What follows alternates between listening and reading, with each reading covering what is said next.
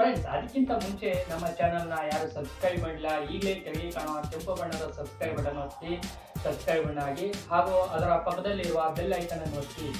So ಹೀಗೆ ಮಾಡೋದ್ರಿಂದ ನಾವು ಪ್ರತಿಯೊಂದು ವಿಡಿಯೋ ನಿಮಗೆ ಮೊದಲು ಸಿಗುತ್ತೆ ಅಂತ ಹೇಳ್ತಾ ಈಗ ವಿಡಿಯೋನ ಸ್ಟಾರ್ಟ್ ಮಾಡೋಣ ಬನ್ನಿ.